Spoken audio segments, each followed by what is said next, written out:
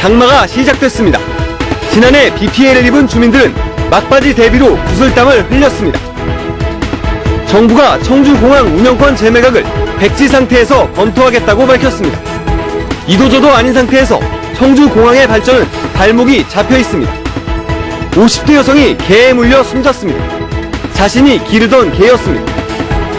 유흥가에 있던 성매매업소들이 원룸으로 파고들고 있습니다. 부부가 회원제로 운영한 원룸 성매매업소가 적발됐습니다. 여러분 안녕하십니까? 뉴스투데이 충북 세종 소식 전해드립니다. 본격적인 장마가 시작되면서 밤부터 도내에 많은 비가 내리고 있습니다.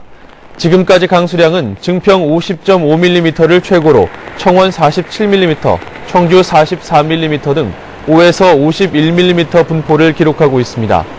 무심천 하상도로는 하천 수위가 62cm를 넘으며 새벽 6시부터 방서교에서 서문교 구간이 현재 교통 통제되고 있습니다. 청주기상대는 내일 새벽까지 최대 50mm가량 비가 더 내리겠으며 시간당 20mm의 집중호우가 쏟아지는 것도 있겠다며 시설물 관리에 유의할 것을 당부했습니다. 이번 장마는 장마 전선이 느리게 움직여 비가 오는 날이 많겠는데요. 지난해 비 피해를 입었던 곳곳에 막바지 대비로 바빴습니다. 정지영 기자가 보도합니다. 온통 물바다로 변한 주유소에 차들은 반쯤 물에 잠겼고 사무실에선 연신 차오르는 물을 쓸어냅니다. 지난해 물폭탄을 맞았던 이곳은 다시 찾아온 장마를 앞두고 대비가 한창입니다. 물속에 잠겼던 상하수도 펌프실에는 20cm 높이의 콘크리트 벽이 세워졌고 기계실에는 모래주머니를 쌓았습니다. 이 주유소를 한 5년도 됐는데 매년 이렇게 피해가 너무 커가지고 제가 손수 이렇게 준비하고 있는 겁니다. 지난해 가재 도구며 상점 물건까지 모조리 쓸려갔던 상습 침수구역의 한 주택. 장마 소식에 급히 모래주머니와 흙을 사와 대문 주변에 쌓아뒀고 빗물이 빠질 수 있도록 저장 탱크까지 새로 만들었습니다. 아이고, 한 번 당하니까 이제 두 분도 이제는 아이고 겁이 나. 배수로가 넘치면서 토마토 하우스 8동이 침수 피해를 입었던 농가에서도 높인 둑에 비닐을 씌우며 폭우 대비를 단단히 합니다. 작년처럼 피해를 안 입으려고 다른 뚝 높이는 다 했고 내일 양수기 오는 대로 양수기 설치만 하면 이제 끝납니다. 지자체에서도 조심상가 이곳저곳을 다니며 점검을 마쳤습니다. 집중호우가 돼서 수위가 상승해도 이쪽으로 이제 범람을 하지 않으니까 요 상가나 이런 주민들이 피해를 덜 볼 수 있는. 특히 이번 장마 전선은 세력을 일정하게 유지하며 느리게 이동할 것으로 보여 비가 내리는 날이 많겠지만 열흘 정도 빨리 시작된 만큼 다음 달 초중반쯤 끝날 것으로 예상됩니다. MBC 뉴스 정재영입니다. 장마가 시작되고 후텁지근해지면서 이 식중독 위험이 함께 높아지는데요. 이 소규모 급식 시설은 지자체 신고 대상도 아니기 때문에 위생 사각지대에 놓여 있습니다. 조을선 기자가 점검 현장을 동행했습니다.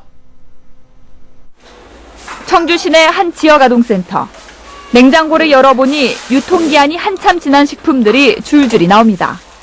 유통기한이 석 달 지난 스파게티 소스는 물론 1년 가까이 지난 얼린 우유도 나옵니다. 이런 제품들은 있을 수가 없는 제품입니다.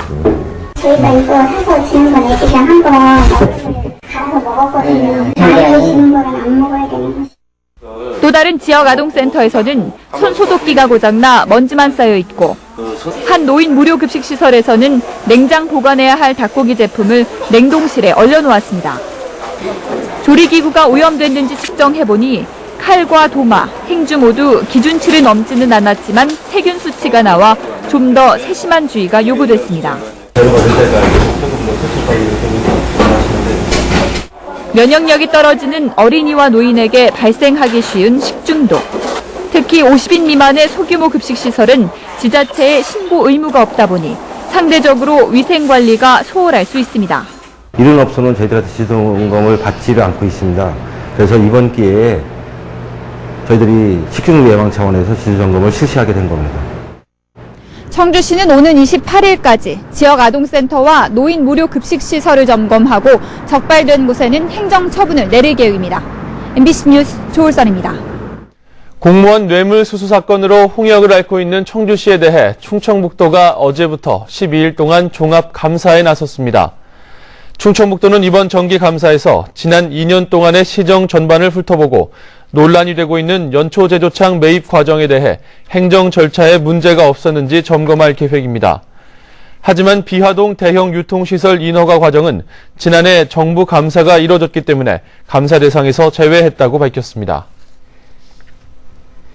서승환 국토교통부 장관이 청주공항 운영권 재매각을 결정한 바 없다고 말했습니다. 백지 상태에서 다시 검토하겠다는 뜻인데 여전히 논란거리입니다. 신미희 기자의 보도입니다.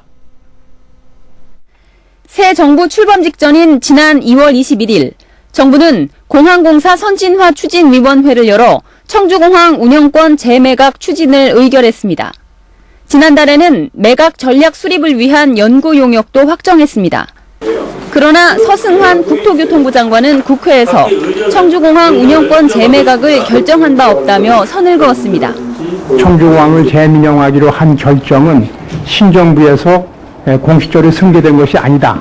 이렇게 판단이 되겠습니까? 네, 이번 그 영역을 해서 영역 결과에 따라서 하도록 하겠습니다. 서 장관의 유보적인 발언은 정부의 투자 의지, 지역의 반대 여론과 맞물려 여전히 논란거리입니다. 그 7월 이후에 그 매각 전략 컨설팅 용역을 발주할 계획으로 있고요. 7월 이후에? 예. 그 용역 발주한 결과 나오는 걸 보고 생각을 해보도록. 민영화 추진 과정에서 청주공항은 사실상 투자가 중단됐습니다. 2010년도에서 2012년까지 단자리 수사를 투자했을 것 같고, 어떻게 본다면 민영화 추진 과정에서 청주공항은 지방공항 중에서 제일 시설이 낙후됐다. 당장 항공기 안전시설과 여객 편의시설을 보수하는 데만 70억 원 이상이 필요한 것으로 파악됐습니다. 민영화를 하겠다는 건지 말겠다는 건지 정부의 애매한 태도 때문에 청주공항의 발전 시계는 5년째 멈춰 있습니다. MBC 뉴스 신미입니다. 청주시가 기초자치단체 가운데 처음으로 재개발 추진위원회를 자율해산하면 그동안 쓴 비용의 일부를 지원해주는 조례안을 마련했습니다. 조례안이 시의회를 통과하면 재개발 추진위원회를 자율해산할 경우 검증을 거쳐 사용한 비용의 최대 30%까지 지원하게 됩니다. 한편 청주시 내 13개 재개발 재건축 추진위원회는 설립 이후 700만 원에서 31억 원까지 모두 61억 6천여만 원을 사용한 것으로 추정되고 있습니다. 50대 여성이 키우던 개에게 물려 숨졌습니다. 숨진 여성은 밥을 주려다 변을 당한 것으로 보입니다. 이호진 기자의 보도입니다. 어제 저녁 6시쯤 충북 청원군 51살 박모 여인의 집 마당에서 박 여인이 숨진 채 발견됐습니다. 마당에 묶여있던 3살 잡종 진돗개가 박 여인을 물어 숨지게 한 겁니다. 뇌경색 등으로 거동이 불편했던 박 여인은 남편이 일을 하러 나간 사이 밥을 주려다 달려드는 개를 피하지 못한 것으로 추정됩니다. 저 아줌마는 몸이 상당히 안 좋은가 봐. 그래서 뇌경색? 그래갖고 병원에서 퇴원한 지 15일인가 한 달인가 됐어요. 개는 박 여인의 남편에 의해 곧바로 죽임을 당했습니다. 주민들은 박 여인이 이 개를 2년 동안 키웠지만 평소에도 난폭했고 동네 사람들을 문 적도 있다고 말했습니다. 우리가 이렇게 지나다니잖아요. 그러면 저기서 집 안에서 가만히 있다가 쫓아나 그 잡아먹을 것 같이 막 기사 쌓고 대들어요. 그러면 우린 이쪽으로 피해서 가요. 아주 얼마나. 경찰은 박 여인 남편을 상대로 정확한 경위를 조사하는 한편 부검을 할지 여부를 검토하고 있습니다. MBC 뉴스 이호진입니다. 원룸에서 성매매 영업을 한 부부와 성매수 남성들이 붙잡혔습니다. 충북지방경찰청 사이버수사대는 업주 30살 장모 씨 부부 등 6명과 성매수 남성 65명을 성매매 알선 등의 혐의로 입건했습니다. 이들은 지난해 5월부터 1년 동안 청원 오창에 원룸을 옮겨 다니며 인터넷 카페에 가입한 남성들을 상대로 성매매를 알선해 1억 5천만 원의 부당 이득을 챙긴 혐의를 받고 있습니다. 소나무 에이즈라는 재선충이 충북에서 4년 만에 발생했습니다. 장맛비에 재선충에 감염된 나무 조각이라도 떠내려갈까 큰 걱정입니다. 이승준 기자가 보도합니다. 산등성이 끝자락에 소나무 한 그루가 빨갛게 말라 죽어가고 있습니다. 50여 미터 떨어진 능선에는 짙은 녹음 속에 말라 죽은 세 그루의 소나무가 금세 눈에 띕니다. 제선충에 감염된 소나무 곳곳에는 볼펜 크기의 구멍 여러 개가 나 있습니다. 제선충을 옮기는 솔수염 하늘소가 들고 난 자국입니다. 전한 거 먼저 죽고 저기요 이래 쳐다본 거를 안 그랬는데 왜 그러나 하고 또 여기 또 올랐는가 봐. 충주에서 제선충에 감염된 소나무는 모두 4그루. 충북에서 소나무 제선충이 확인된 것은 지난 2009년 단양군과 옥천군에 이어 3번째입니다. 그동안 부산과 여수 등 남해안을 중심으로 발생하던 제선충병이 올해는 경기도 양평과 하남 등 중부지방에서 먼저 확인됐습니다. 제선충 감염목을 어떤 인간의 목적에 의해서 사용하기 위해서 이동을 하다 보니까 이렇게 점점 중부 지역까지 올라온 경우가 많죠. 산림당국은 앞으로 열흘 동안 인근 0.6헥타르의 모든 나무를 소각하고 반경 3km 안의 고사목을 모두 베어내는 등 긴급 방제에 나섰습니다. 그러나 장맛비에 제선충에 감염된 나무 조각이라도 떠내려갈까 걱정입니다. 훈중 처리는 그 고독성 농약으로 인해서 생태계가 파괴될 소지가 있고 인근 인축이나 사람한테 적용할 수 있는 소지가 있기 때문에 저들은 완전 방제를 위해서 소각을 선택하게 됐습니다. 소나무 제선충이 우리 땅에 나타난 지 25년. 국토의 푸르름을 갉아먹는 불청객의 위협은 여전합니다. MBC 뉴스 이승준입니다.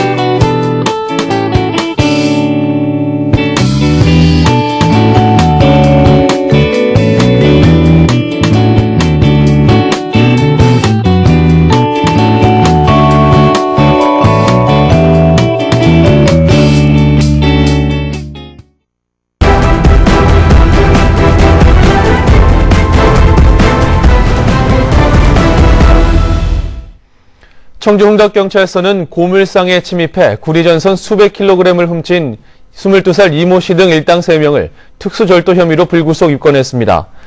이들은 지난 14일 새벽 0시 20분쯤 청주시 계신동의 한 고물상에 자물쇠를 부수고 들어가 구리전선 252kg, 시가 200만 원 상당을 훔친 뒤 또 다른 고물상에 판 혐의를 받고 있습니다. 경찰은 훔친 전선을 사들인 고물업자 64살 박모 씨도 작물 취득 혐의로 입건했습니다. 청주시가 명암 유원지 활성화를 위해 주변 식당과 상가 규제를 대폭 완화하기로 했습니다.